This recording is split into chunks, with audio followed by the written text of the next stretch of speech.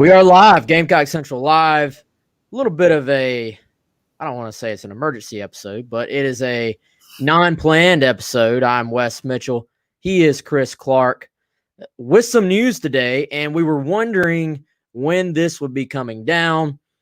South Carolina, if you are a Gamecock fan living under a rock, I'm sure you already know, Gamecocks announcing Collin Hill as their starting quarterback officially today. That word coming down from Will Muschamp via Steve Fink, who sent out the release to the rest of the South Carolina media to spread that word around. Again, I'm Wes Mitchell.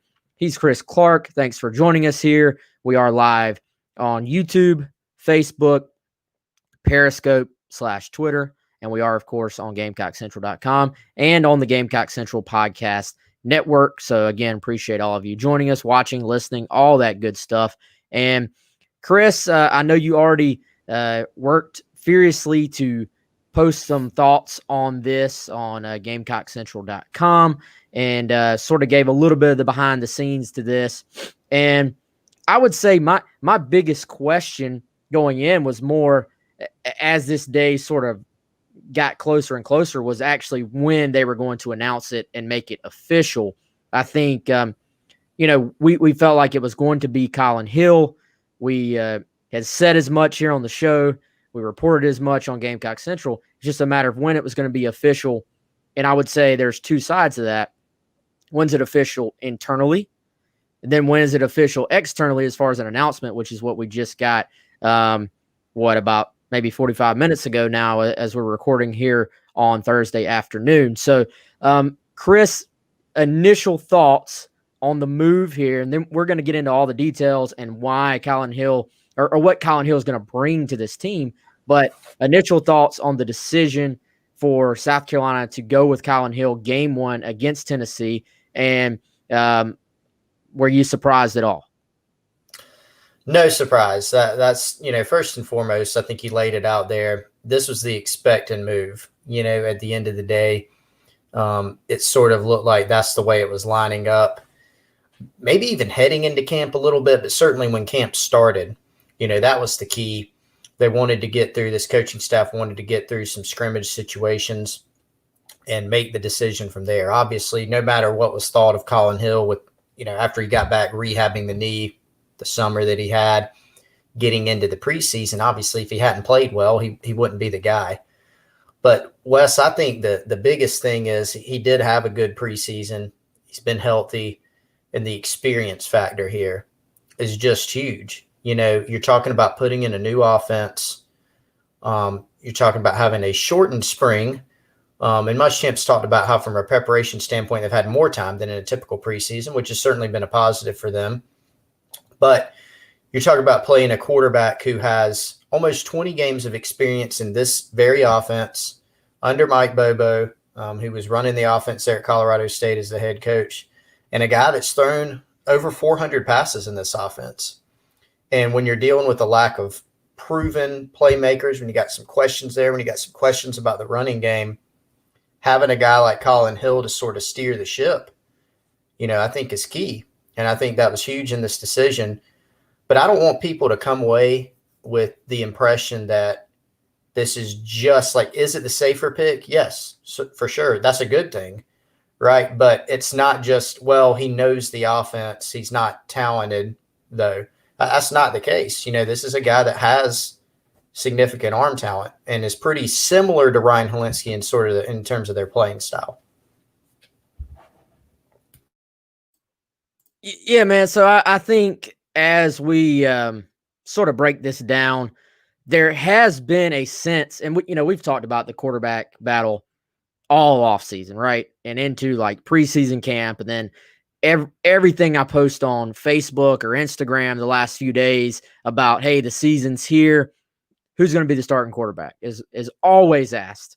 So I think I was wondering, is this going to be a Muschamp circa 2016 where we just see an announcement day of game, right? And also, you look, and I think they really wanted for this to truly be a competition as far as those guys pushing each other and frankly giving both guys a chance to go out there and show, that they could be the guy. Now, I will say this, it's sort of, and they even rotated the guys, you get snaps with the ones day one, you get snaps with the ones day two, et cetera, et cetera. But I think coming into the year, and I said this on 107.5 with those guys, I said coming in, there was a sense from the fan base or a segment of the fan base, at least the ones I pay attention to on our site, on Twitter, calling in on 107.5, that sort of thought the default, sort of all things being equal, was going to end up being Ryan Hilinski because he was more known, I think, with obviously the Carolina fan base from playing last year. I think the default was what we're seeing right now. Basically Collin Hill was probably going to be the starter unless Hilinski just absolutely just balled out and made it a no-brainer, because let's talk about this offensive scheme. This is not an RPO, fast-paced offense. This is not a simplified offense. This is not an offense that says we're going to just go fast and hope you make mistakes. This is an offense that is predicated on the quarterback fine-tuning, getting the ball where it needs to be on every given play, right? On recognizing stuff pre-snap, on knowing, frankly, a variety of different formations and concepts, and it's very pro style. So, I think all things being equal, the knowledge of this scheme was always going to be tough for Hilinski to catch up to Collin Hill on. Now throw in the fact, the other part of this, the other misconception is what you just touched on, Chris. I don't think this is Hill, and this is a concept or a misconception I've seen out there. I don't think this is quarterback A doesn't know the offense quite as well, but is way more talented. Quarterback B knows the offense like the back of his hand, but is just a game manager or whatever sort of negative connotation quarterback phrase you want to put on him. Hill absolutely has a huge arm. One of the first things we were told when he was cleared was that his teammates were amazed when they first saw Hill this summer about how well he could throw the deep ball, about how much he could sort of extend his range. You get the first look at a guy throwing the ball, the way the ball comes out of his hand, very catchable ball, can put touch when he needs to, can put zip when he needs to. So I think Carolina fans are going to be, some of them maybe even be a little surprised in, what are we at, 9 days now? In 9 days, when they actually watch the ball come out of Hill's hand, because he is a very talented kid, as you said.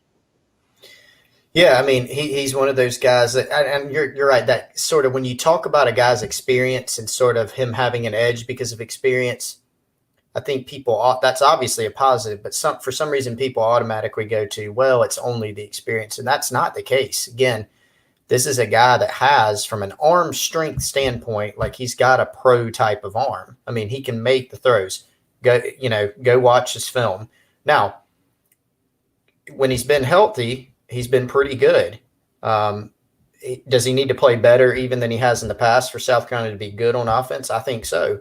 And a lot of that's going to be what South Carolina has around him. Run game, offensive line play, playmakers. Those things, particularly playmakers, are a concern, right? But to have him steady the ship and to have a guy who can make all those throws certainly helps you.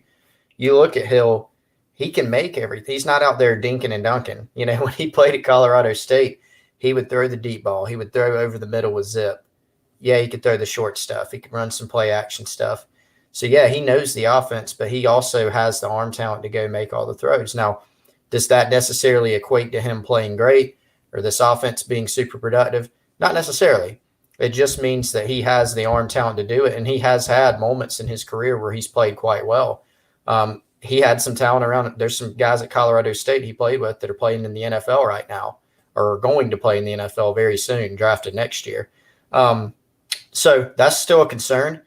but just from a pure, package standpoint of what he brings to the field, it's experience, and a good bit of it, it's a mind that knows this offense and is going to be able to get guys in the right place, which is important for a team that's going into a new scheme that has a lot of questions. And then the ability to throw the football, those things are all there. Yeah, and there's a comment on here. And by the way, appreciate everybody joining us as always. I see fresh names. I see names that have been joining us a lot. So I appreciate the support. I know Chris does as well. Elizabeth Ballard, appreciate your love there, your comment. But also, there's a comment I want to get to. David Weeks, if you're still listening on Facebook, hang tight. We're going to get to this comment because it's a comment I don't understand, but it is something I've seen from some other folks as well as I've seen people give their opinion on this quarterback competition. So I want to get to that. But first of all, Chris, real quick, tease everybody a little bit on the fact that this is exciting news for us because it lets us potentially do this show. The support has been awesome, and that's because of you guys and gals.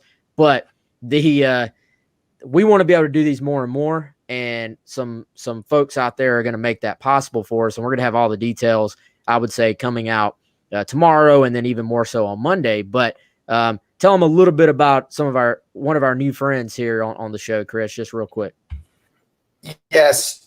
So as Wes said, a lot more stuff coming out here in the coming days, probably beginning tomorrow, like you said, but Affordable Medical USA, those guys you're going to be seeing a lot more of them on GC Live, and really cool game day chair, right? We're going to be showing this thing tomorrow, right? You want to go ahead and throw it out there tomorrow, Wes? We're going to show the people, give the people what they want, and they are going to be behind a driving force behind this show, and we're going to tell you a lot more about them. But they have this game day chair that's super awesome. As you guys know, tickets are limited to the games this year.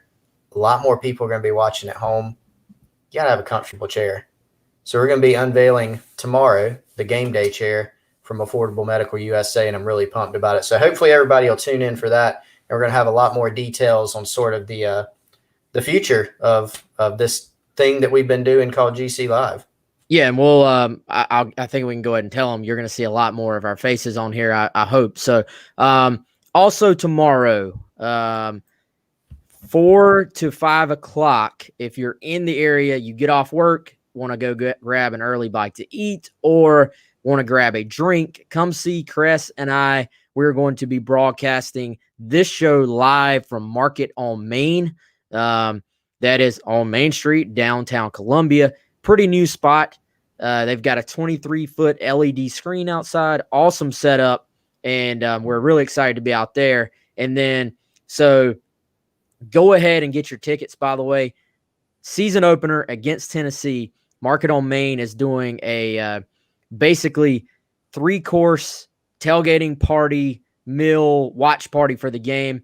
It is $50 to reserve your seat, basically, because there's only a certain amount of people that can be out there, especially with social distancing.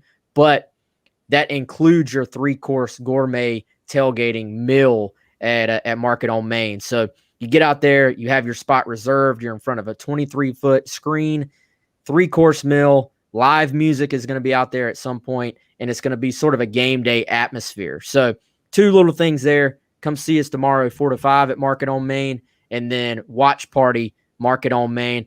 Hey, my man Lou Antonelli is on here. Lou might be at Market on Main. You never know. Lou, a great Gamecock.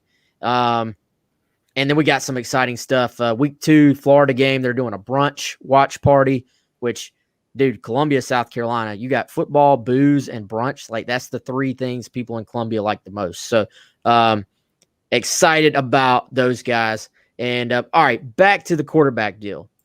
And there's a comment on here. I think as South Carolina fans, South Carolina people, South Carolina media, etc., if this is ever going to be a truly big-time program and consistently a big-time program, you got to start thinking like big-time programs do, right? And so the comment here, and I'm not picking on David here, but it's something I've seen a lot of. He says, wow, I think this is a nightmare waiting to happen.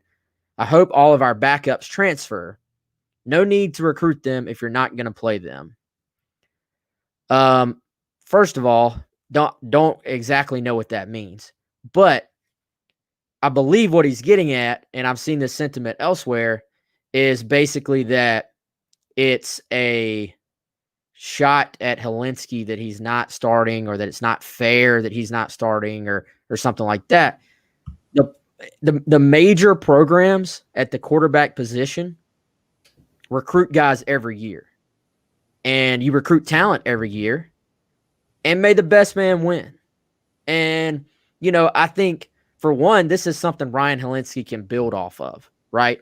For two, this is the year 2020, the year of COVID-19. You're going to need more than one quarterback because you are one contact trace away from losing a player for 14 days, and that would be 2 games. So you're going to need both guys. But this is a reason major college football teams have competitions every single year. The quarterback competition gets put in the spotlight because it's the most premier position on the field. But it's a fair competition, right? I think that you have the competition, then the best man wins. Just like next year, it'll be the same thing, And when Gunnar Stockton gets here, and he and Luke Doty and Hilinski are all fighting it out, the best man will win that one as well. So just because Hilinski's not the quarterback now doesn't mean he's not going to be South Carolina's quarterback at some point in the future. But right now, this is what it is, and this is what you go with. I don't think it's, the world is ending. It's not a nightmare. You have to actually go play the games now. Like, let's give Collin Hill a chance to go, let's not yell at him until, he hasn't made a mistake yet, right? Yeah. There'll certainly be there'll be plenty of yelling no matter who is out there. If, first interception or first sack he takes or whatever it may be. But look, you're right. This is what the staff has gone with. Does that mean it'll be the right decision if it works, quote unquote? It'll be the wrong decision if it doesn't work, And so all we can do right now is assess it and understand why the decision was made. It wasn't made because they think he's, a better, whatever it may be. I mean, whatever theory there may be, like, this is an important year. It's a very difficult schedule. College coaches aren't out there playing guys at quarterback just because they like them more, whatever it may be. This is key. And Mike Bobo has made it clear. Because, look, Will Muschamp's going to lean heavily on Mike Bobo for this decision. It's his offense. He trusts him with the offense. Muschamp's the head coach, sure. And obviously Mike Bobo and Collin Hill are close from having so much years of experience together. He's played in the offense, all those different things. There's definitely more familiarity there. That's not a bad thing. It'd be the same thing if Mike Bobo had been here for 3 years and had played in 20 games and thrown 400 passes, and somebody came in as a freshman who was really good, etc. The guy who has more experience tends to have the edge as long as they've played well, right? And so that's what you've got here.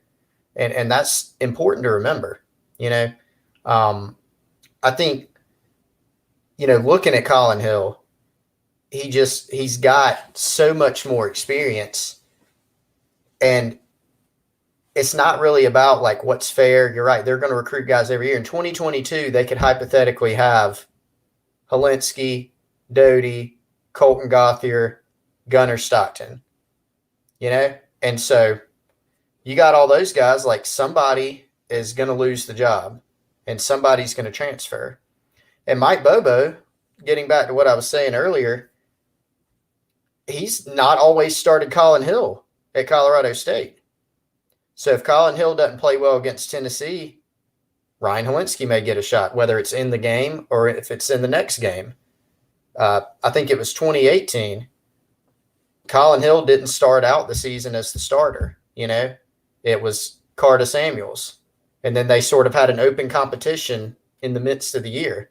And then both guys played a little bit. So it's been – Mike Bobo's not just saying, I want to play Collin Hill because I know him better. Does that help? Sure, it helps. But there's also some legitimate reasons in terms of his arm. I think a lot of people are looking at Ryan Hilinski and going, he was a top 50 player, he should be the starter.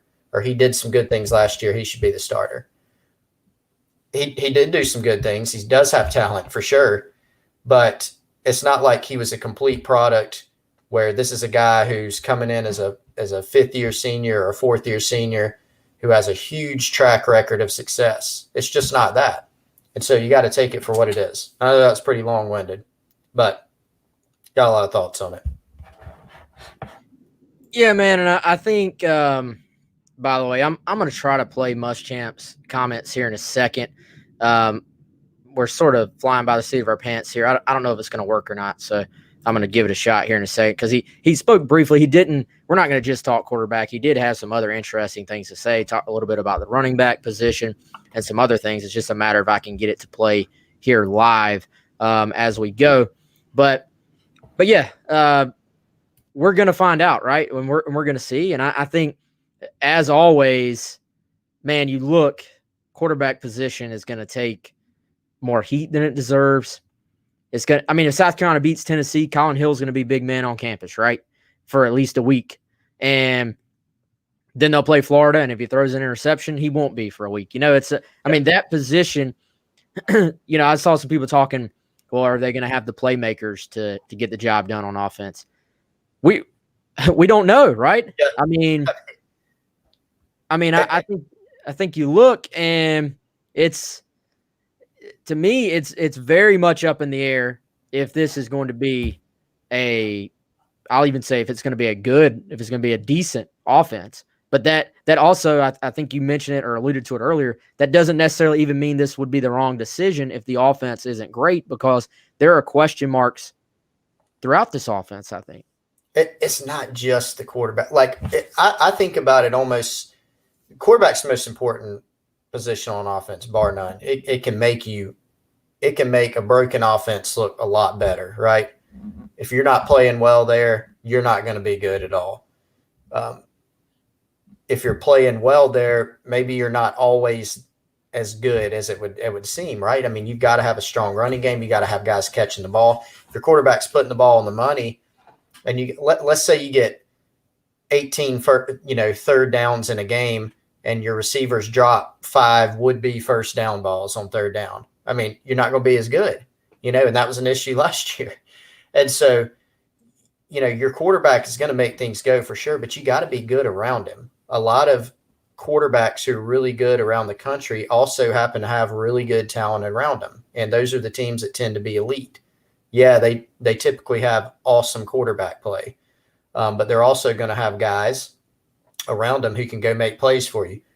The best quarterbacks in the country have guys that they can straight up throw the ball up to on third down and they can go make a play, or they have a game-breaking running back, things like that.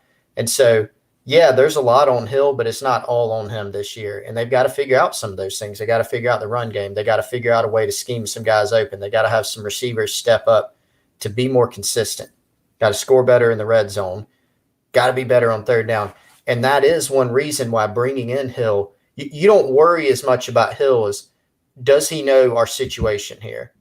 Can he get us into the right play if the defense changes the look? Has he run this play in a game before? Can he make this throw?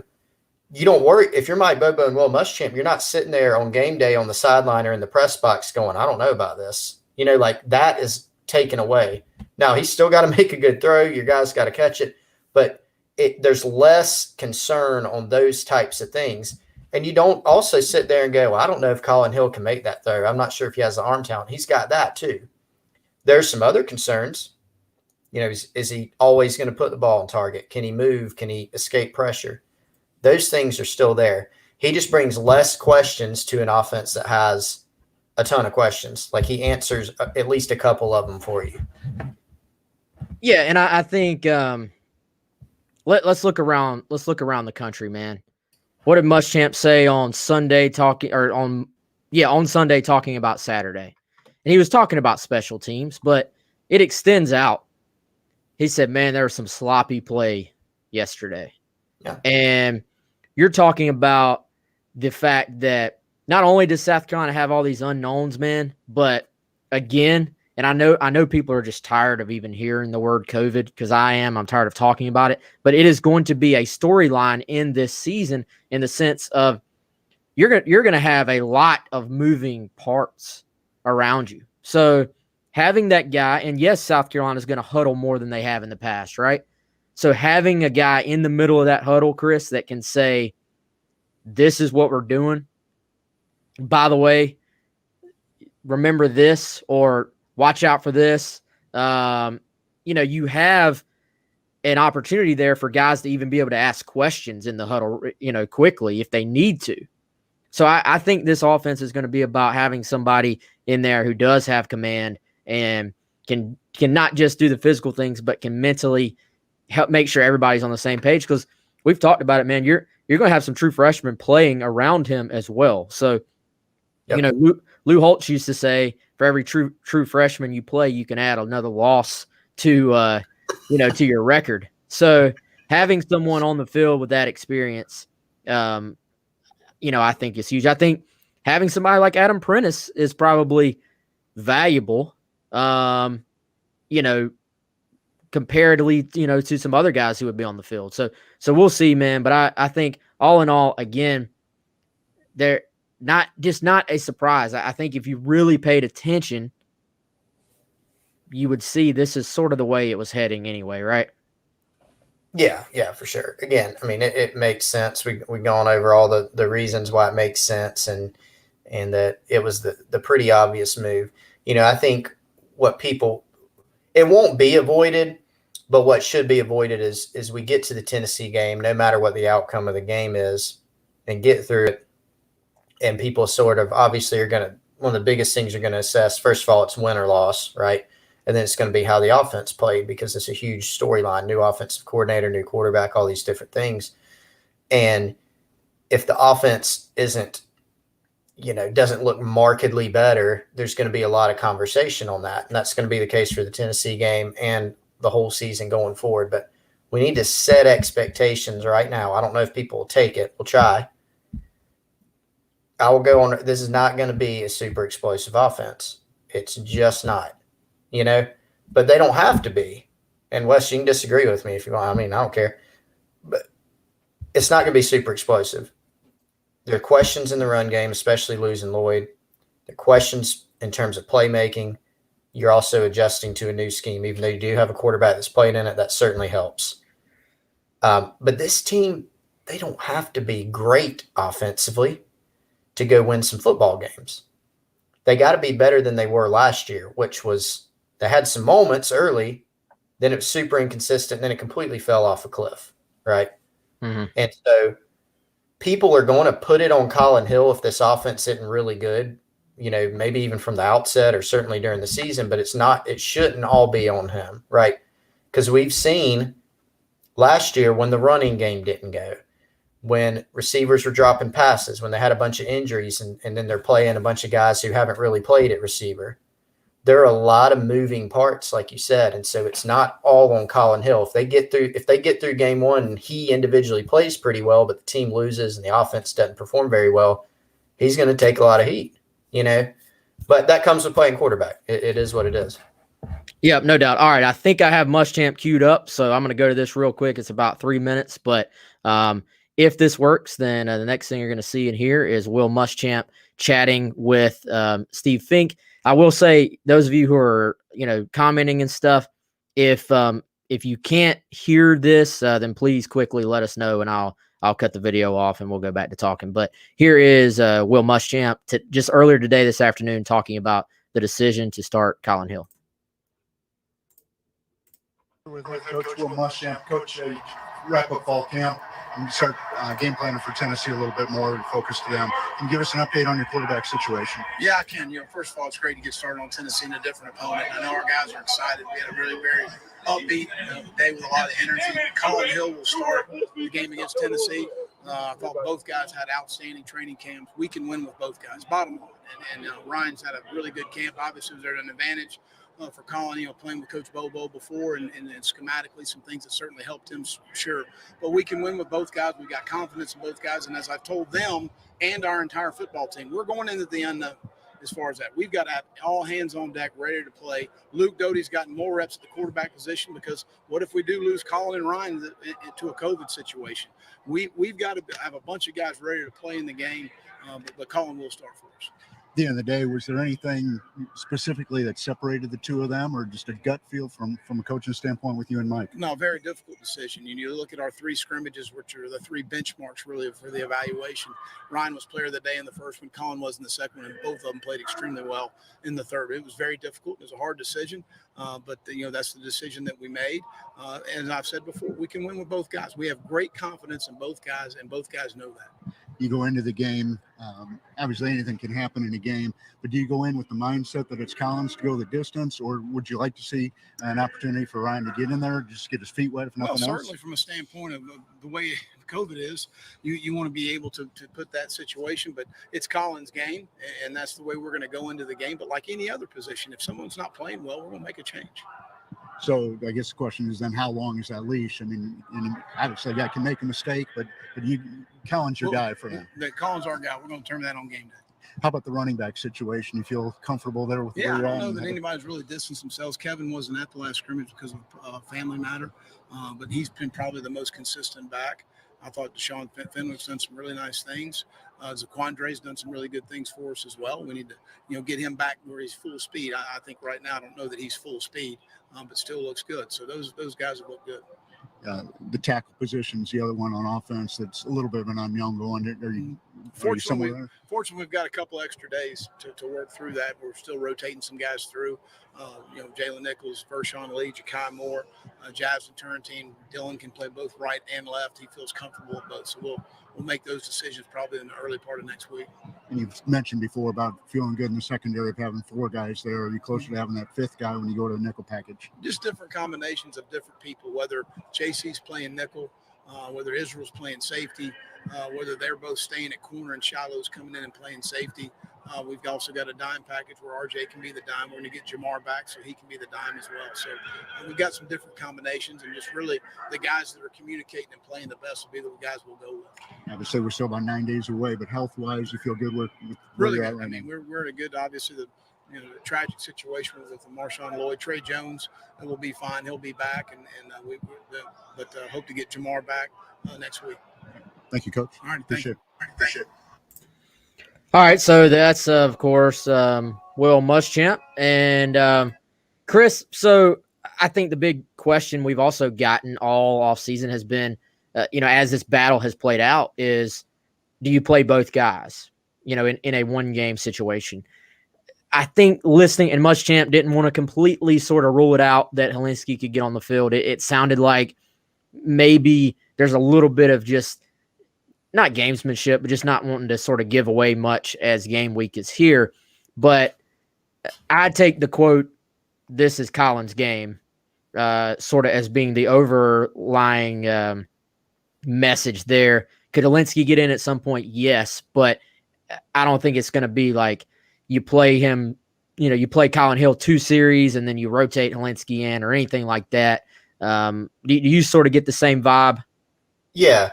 At some point with quarterback, you got to decide who the best guy is. And I know people always love to go back to, hey, Steve Spurrier played 2 guys, but not always. I mean, that was something. And it didn't always work out either. It didn't always work out either. You're right. So, I mean, it's like this concept out there that, if you've got 2 guys who are maybe relatively close and both play well, maybe even both deserve to play, it's just different at quarterback. There's one ball.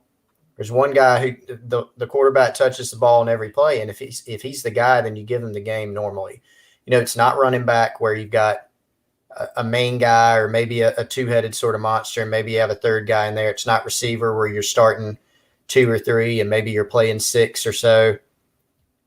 It's just a totally different ball game, and that's one reason why you see, quarterbacks. If you recruit a bunch of good ones every year, we talked about this earlier, you're typically going to have them leave if they're not capable of playing another position and buy into that because they want to go somewhere and play. So, just because a guy has a good preseason at quarterback like Hilinski's had, they've been happy with what he's done for the most part from what Muschamp said, from what Bobo said, from what we've heard. It's not that he's played poorly by any means. It's just that Hill's been better in their mind and that he has experience. And so he's got those advantages going for him. So, it's just, again, different type of ball game when you're talking about quarterback in terms of, how you typically handle it. Now, if Collin Hill goes out there and struggles really badly from the outset, or you look at it after the Tennessee game, you look over the tape and you feel like Hilinski might deserve a shot, then you go from there. But different type of situation when you're talking about a guy that's touching the ball every single play. Yeah, man. So let's hit on some of the other stuff Muschamp said, because it is noteworthy. This isn't the only, I wrote about some of the position battles that are ongoing, and quarterback, rightfully so, gets talked about the most. But there are some other things going on. I would say, and by the way, somebody asked, did we agree with the decision? And someone else said they didn't agree with the decision. And I mean, guys, we've seen the same amount of practice, literally, as anybody else on this has right now, unless somebody working for the team is gracing our podcast here with their presence. And, I think so. It's hard to disagree with the decision when you haven't seen a single snap. I think that the coaches see it. And at this point, I know some people hate the phrase trust the coaches, but I mean, nobody's watching practice right now other than coaches and players. And just for every reason that we've already laid out, everything, everything that we've said and everything we've heard has been Collin Hill has really had the lead behind the scenes throughout. Mm-hmm. And so none of this is really that much of a big surprise. All right. So the other spots, running back, Chris, I would say, Muschamp kind of confirmed something we'd heard a little bit of, and that was when he questioned if Zaquandre White is completely 100%. That's a little bit of that's a negative. I think that's not what you want to hear. Muschamp generally does not talk about injuries a whole lot, and him saying that, I think we talked about it. Hamstrings can linger, so whether or not White was completely healthy, I think was a sort of big determining factor on what that running back rotation is going to look like game one. I don't think you can really rush him out there if he's not healthy. So he said nobody's really emerged, but I think that further probably confirms or solidifies is probably the word, that Kevin Harris is probably going to get the first carries, but completely wide open as far as if somebody else can take their opportunity and excuse the awful pun, but run with it and go from there. Yeah. And again, I think when you look at this offense, the coaches are probably going to lean towards experience and or consistency. And so it's been mentioned that Kevin Harris has been the most consistent guy. And so that makes sense to give him, that top job. Now, could it change? Certainly. It's not like, again, they've said that he's been the most consistent, but also that nobody's just come away and blown away. If Marshawn Lloyd was still healthy right now, he'd be the guy because he was that much better. He was going to be and was that much better. One thing we did hear when Lloyd went down, that we've said this before, is it was viewed, and some people told us around the program, that there's a big chance for Zaquandre to really take this opportunity and run with it. But he was a later arrival. He still had to learn this offense, which everybody is in that boat, still had to learn that offense. And then he's also had some missed practices. He just not only limited, but straight up missed some practices with the hamstring issue. So he had that sort of working against him.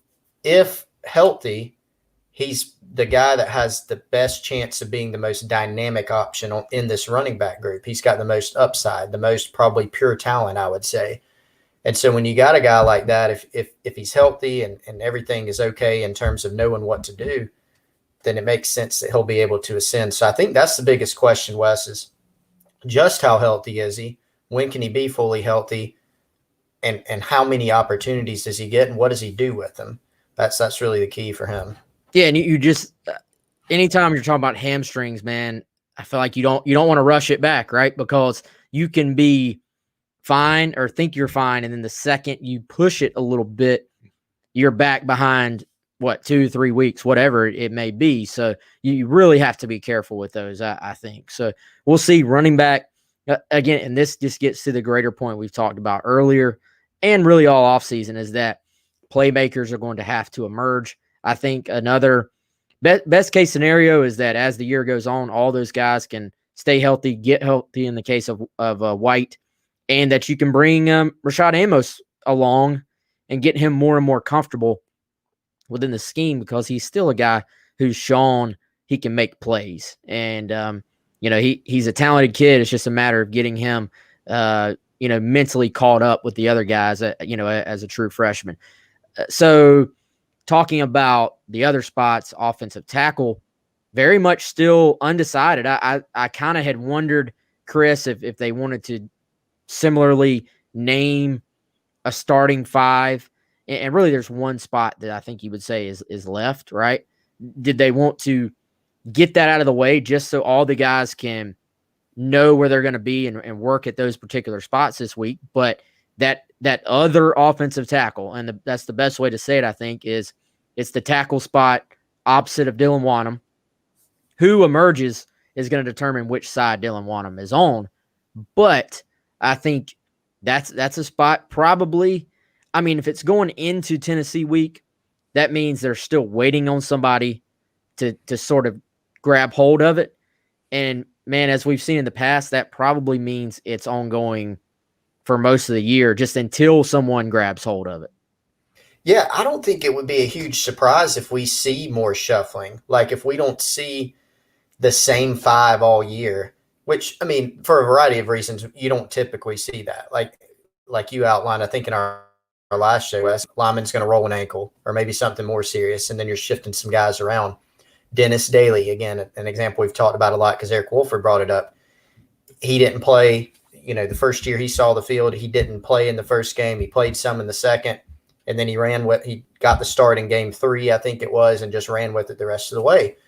Maybe we see something like that, whether it's Justin Turnstine or something else or somebody else. It could be that maybe Eric Wolford feels like things are pretty close and he rotates guys a little bit more, shifts guys a little bit more. They have a little bit more depth than they have in the past. That doesn't mean don't anybody take that and go say that Chris Clark said there's a 2 deep and absolutely no drop off on the offensive line from each position. That's not what I'm saying. But they do have a closer competition at some spots. They're looking for all of them to get better. They got a closer competition. They got more guys overall. And so some of them are a little bit more solidified. Hutcherson at left guard. I mean, it looks like Eric Douglas is going to be the center game 1. But tackle, we're not as sure. And we're not as sure if what it is in game 1 is going to continue throughout the season. Well, and as we saw last year, if you perform, you're probably going to stay in there. If you don't, it can change very quickly. And, some guys got banged up against North Carolina too, but we saw a very quick shift.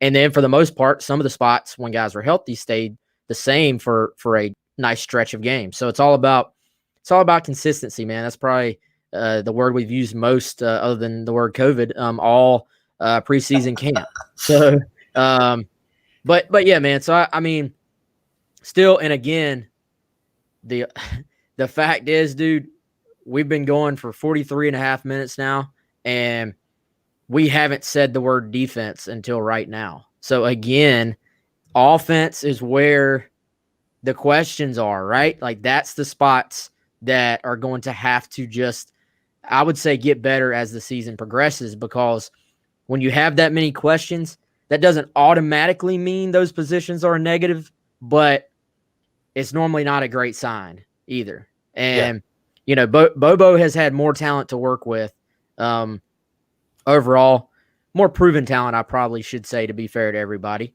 more proven talent to work with at his other stops. So this is going to be very interesting to see how he puts it all together. We are going to talk defense in a second. By the way, no matter what you're watching on, hit the like button, hit the follow button, hit the subscribe button. Especially on YouTube, we're trying to grow our YouTube numbers. If you're watching on YouTube, hit like, hit subscribe, hit the bell. That is the absolutely easiest way that you can very quickly, easily, and for free help us out, because that helps grow our numbers on here. So do us a favor, hit the like, hit the subscribe, and boost those numbers up.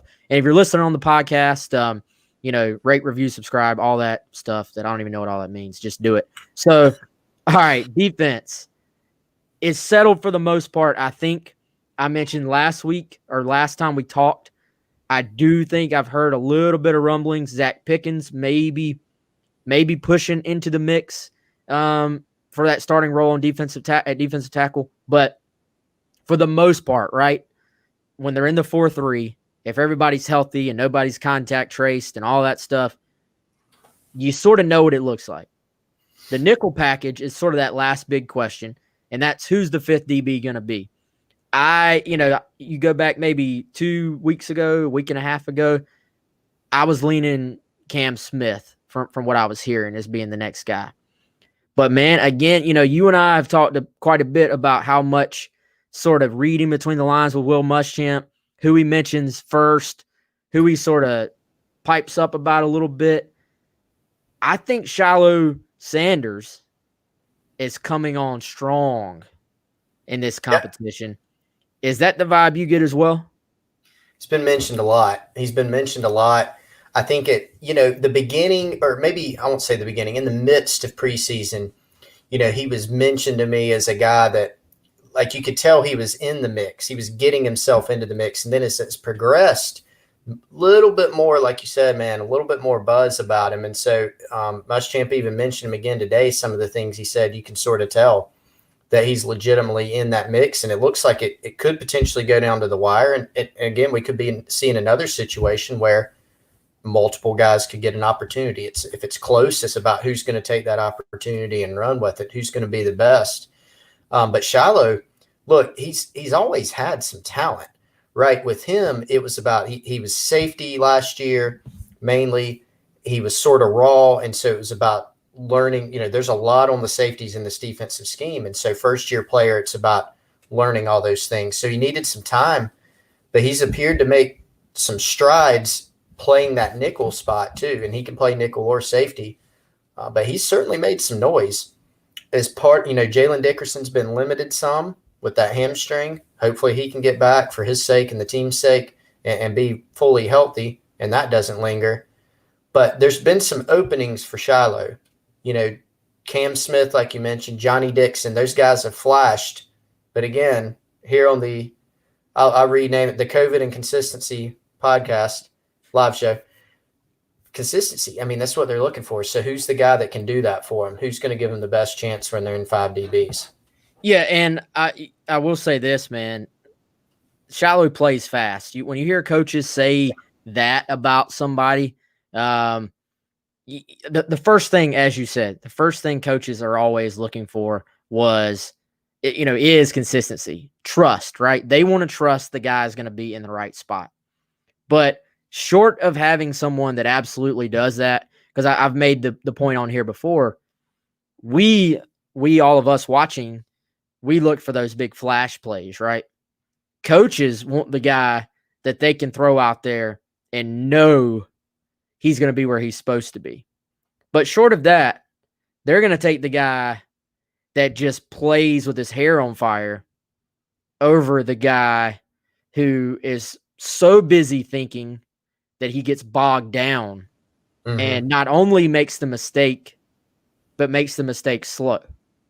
Like the next best thing to having the guy that's always in the right place is the guy, I think, that he maybe doesn't necessarily always get it quite right, but he's doing it at full speed. And good things tend to happen for guys like that. I don't know if you saw, did you see our boy Jair Alexander on Sunday? No. Jair, a former South Carolina commitment, signed with Louisville, ends up being first-round pick, right? Yep. With the Packers. Yep. And, Chris, you broke Jair's commitment, I think. So Jair basically saw this was a goal line play where they're actually backed up. Their opponent was backed up into the goal line. Jair reads run, right? And it was actually a play action pass. So it looked like a cornerback blitz. And Jair got completely fooled. He literally leaves his man. So if this pass is completed, it's a 99-yard touchdown. He leaves his man. But rather than just stopping, being like, I've messed up, turning around and running, he just keeps running towards the quarterback, right? And literally goes in unblocked because nobody was expecting him just to come off his man, and sacks the quarterback for a safety. So point being, and they were asked about, wow, that's a nice cornerback call. And he was like, or a cornerback blitz call. He's like, no. I just went. So there are some, football isn't really played on paper. These are humans. So if you're gonna make a mistake, sometimes you get rewarded when you just keep playing fast and try to complete the play, even if you didn't really do what you were supposed to do. So that was just the example that popped in my head, and it was a guy that we were familiar with. So I think this defense is going to be fun for fans to watch. I really do. I think, Chris, there's going to be some value in the fact that the offense is going to operate at a little bit more of a methodical pace of play, and maybe the sense of not putting this defense in as many bad spots as it was in last year. And, I watch, or I read about some of like the SP plus stuff, like the analytical stuff on ESPN. I can't think of the guy's name right now. Do you know who does that? He used to be with, I think, SB Nation, and now he's with ESPN. Bill Barnwell. Is that right? Anyway, the SP plus like analytics of South Carolina's defense last year had them, I think, in the low 30s, not bad at all, basically, is my point. So this defense, even last year, was put in some bad spots. And yes, they're going to have to replace some talented kids, Kinlaw, Wanham, TJ Brunson. We probably haven't even talked about the loss of TJ Brunson as much as we should have. But I think there's talent and depth to work with on this defense. And I think fans are going to be excited to see the way they play, because one sort of, I would say, big theme when the players have talked has been confidence. Like, these guys, Chris, sound confident in this defense and that they're going to be ready to play. Yeah, I think when you look at this unit, so the biggest question, as it has been, can they stay healthy? That's number one. And we don't know. We don't know the answer to that. Can't predict it. It's been an issue. If they can be healthy, I think you feel pretty good about it. Now, one key is being complimentary of all sides of the ball.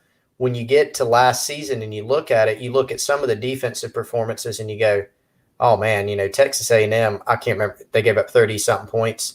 Defense played well in that game early. It was just 3 and out, 3 and out, 3 and out. And your defense at some point is going to give or wear down. And both of them happened, and they had some injuries on top of that. So, that's number one. But number two, I feel like they have more guys of quality in the back end, for example. At safety, I feel like they got a few more options back there. Looking at the totality of the secondary. Up front, again, Kinlaw and Wanham, big losses. TJ Brunson, big loss on the back end. But you've got some guys who've now played a lot of ball, and you've got some guys where you feel like up front, you probably feel good about your two deep if you're staying healthy there. So they're going to be tested early because that Tennessee offensive line has some guys on it. They've got some guys that can play. Trey Smith is a legitimate dude. They've got some young players, and that showed at times once Tennessee hit stride a little bit more last year. They've got some backs who can play too. So that'll be a really big test right off the bat, and it'll give us, I think, a good measuring stick. But certainly you go into this season feeling like if the defense is healthy, that it's not as big of a question mark. Is it an elite defense? I'm not going there. But this is a defense that's certainly good enough to help you win games if your offense can do enough to put enough points on the board. Yeah, and we'll see if the offense can. That's the million-dollar question, right? But, we'll see, man. So, by the way, I know this maybe right now I was looking at the numbers. I can already see some of them. Might be our most attended or most watched show yet, which is a great sign. And we haven't actually been pushing this deal publicly anymore. But considering what I just said, if you are on here and you're not a Gamecock Central subscriber, Chris, it's still active, right? If you use the code use the code Gamecocks.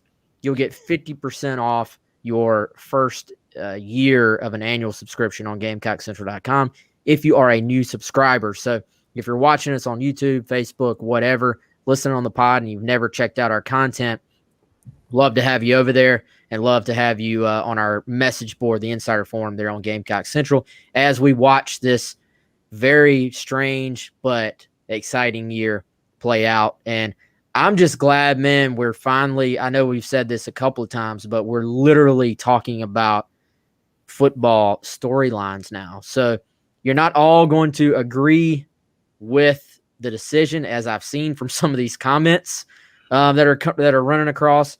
But at least we're disagreeing about this and not about other things. I know there's enough other things for us to disagree about, but at least we can all argue about football stuff right now and sort of be a distraction. And yes, Drew Edwards, Bill Connolly is who I was trying to think of on ESPN.com. And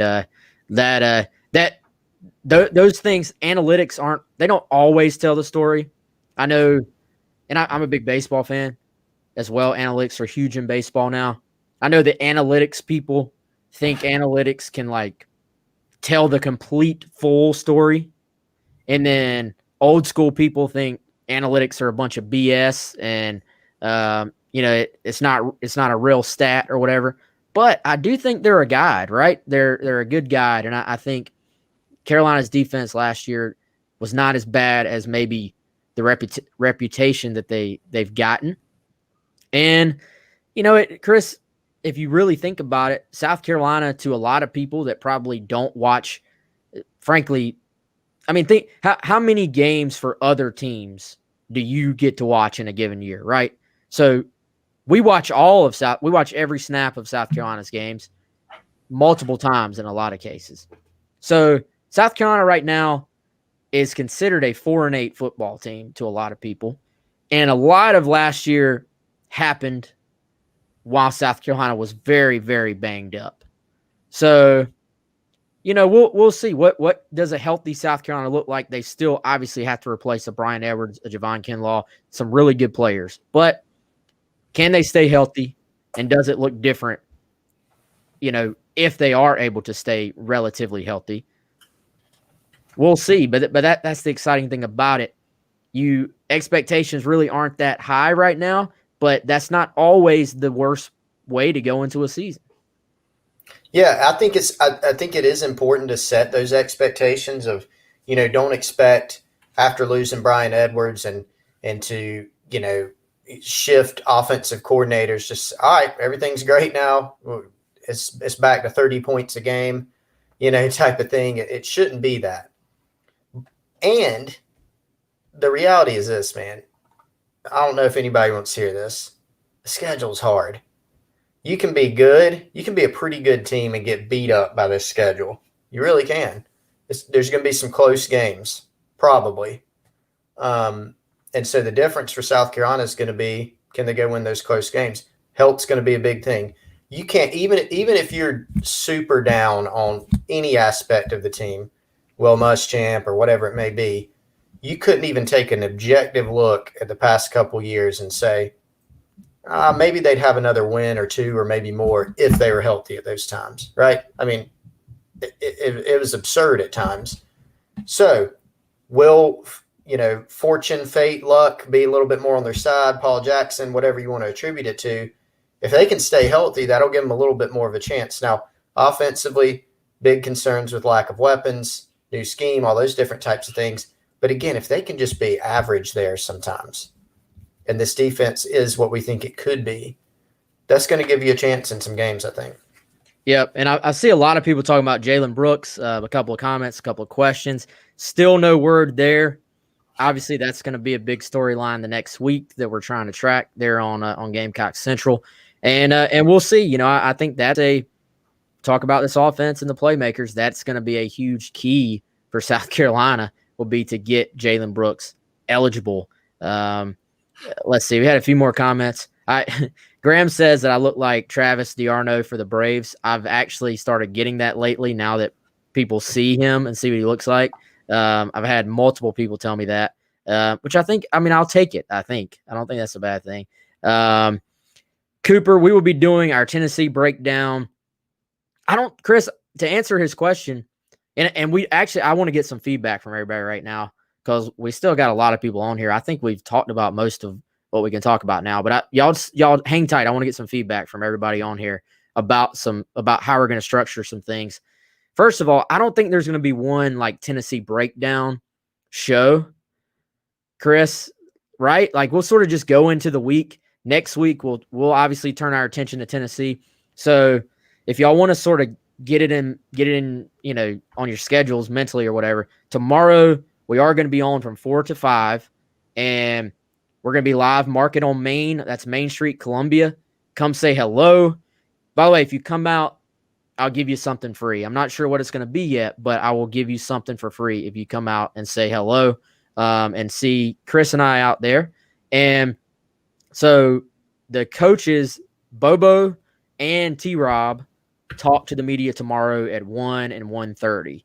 So that's sort of the schedule for tomorrow as far as keeping up with the team. You'll get to hear from those guys, and then, we'll post video from that. We'll post a couple articles from that, and then we'll talk about it on Friday as far as did we learn anything new, and, where are things at. Then next week, here's where we need the feedback. What time is the best time to do these shows? And the great thing is they are archived after, so you can really watch it at any point. We're going to have Tennessee guests, as in somebody who knows Tennessee. I think we're going to have some former Carolina players on to talk. And it'll kind of be a combination. We'll be talking about Tennessee. We'll be talking about the game, obviously. And then we'll be talking about this side of things, the South Carolina side of things as well. But then at some point on game day, I'd like to hop on here and just sort of be able to chop it up with y'all as well. So that lends the question. And Chris, I don't know the answer yet. What's the best time before a game to sort of have that final preview, right? Like that final talk. Is it right before the game? Are most of you watching the games from home this year? Are you tailgating? Are you going to Market on Main, which is if you can't go to the game where you should be? But do you do a pregame like well before the game when people are just sitting around doing nothing? Or do you do it an hour before? Or what's the – I don't even know. I don't know. What do y'all do pregame? Do y'all just listen to 107.5? Do you watch other games? But I think a real true pregame show on here would be really fun to do with you guys, and we'd make it interactive and actually, sort of make it more of do like a Q&A type thing like that as well. Friday night, I see that comment, probably not going to work because a lot of times we'll be at high school games, and I don't want to promise that when we have high school games we're going to go to. But I don't know, man. Chris, what do you think? I guess that's something we're going to have to figure out is exactly how we're going to schedule these things out. Yeah, we're going to have to take it under advisement, and we've gotten a lot of 3 p.m.s. That's interesting. Did y'all ban it? Why 3? Yeah. I think they got in a group chat and said, let's all go for 3. I don't know. Yeah, we'll have to figure that out, man. That's something we've kicked around, and I think we'll be open to suggestions on that to try to give the people what they want. And some days, we may have something that we got to do. Maybe we got to hit the road. Maybe we got to do at some point. Maybe there'll be a recruiting announcement at some point in the future, ever again, that we got to go cover. So yeah, we'll figure all that out. We'll definitely take the feedback, and I'm sure there's going to be feedback and a lot of different ideas about it, but that does help us for sure. Yeah. So post it on here, give us your feedback. And, all right, man, you got any final thoughts for today, Chris? I see the numbers are finally starting to go down, but I really appreciate the response we got today, because those that were watching the little live view things, that's probably the highest we've gotten combined on YouTube and Facebook since we've been doing these. Yeah, man, we really appreciate everyone. We look forward to continuing to grow the show, which we're going to be doing. Again, if you missed it earlier, or even if you heard it, we're going to be announcing some stuff here in the, probably beginning tomorrow at Market on Main about what we're doing with this in the future. So we appreciate everyone, being a part, being loyal listeners. If you're new, thank you for coming on board.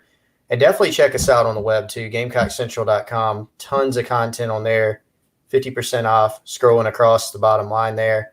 And then like, comment, subscribe to our channel, turn on your notifications by hitting the bell if you're on YouTube.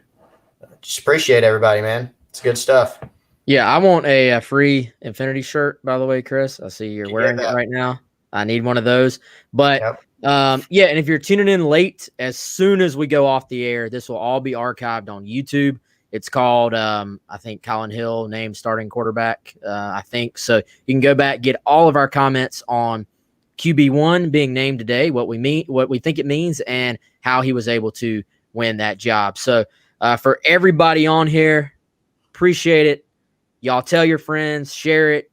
You know, I think there's really a ton we can do with this show, because I don't think there's a lot of people that are consistently doing like Gamecock only live videos here. So help us spread the word, and we will reward it by, I think, having more and more content with some really cool people that we've got planned to get on it at some point. So for Chris, I'm Wes. Everybody have a great day, and then we'll see you tomorrow, 4 o'clock at Market on Main. Everybody have a good one.